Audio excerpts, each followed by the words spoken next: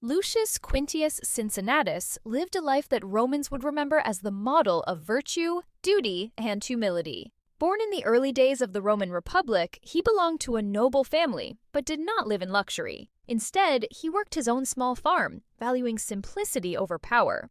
His life took a difficult turn when his son, Caeso, was accused of crimes and forced into exile. To pay the heavy fines, Cincinnatus sold much of his property, leaving him with little more than his land and his honor. Years later, Rome faced a grave crisis. The Aequi, a fierce enemy tribe, trapped a Roman army in the mountains.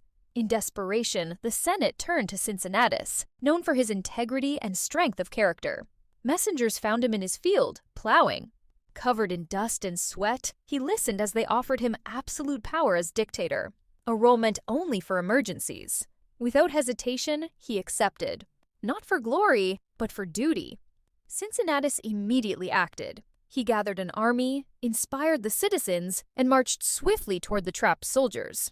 His leadership was decisive and fearless. In a bold move, he surrounded the Aequi at night, turning their trap against them.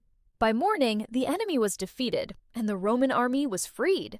The crisis that had threatened Rome was ended in just days.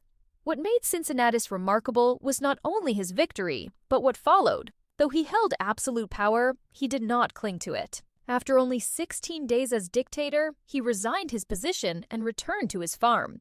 In a time when power often led to corruption, his actions stood as a powerful example of selflessness and restraint.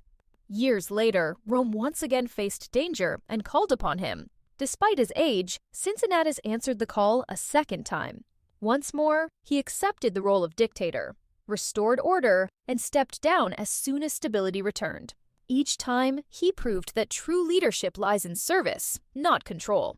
In his later years, Cincinnatus lived quietly, far from politics. He never sought wealth or fame, yet his name became legendary. Romans admired him not because he ruled, but because he chose not to. His life taught that honor comes from duty and that power is most noble when it is willingly given up. Cincinnatus eventually died as he had lived, simply and with dignity. Though he left no great riches behind, his legacy endured for generations. He became a symbol of the ideal Roman citizen, a man who placed the needs of his people above his own, and who proved that greatness is measured not by power held, but by power surrendered.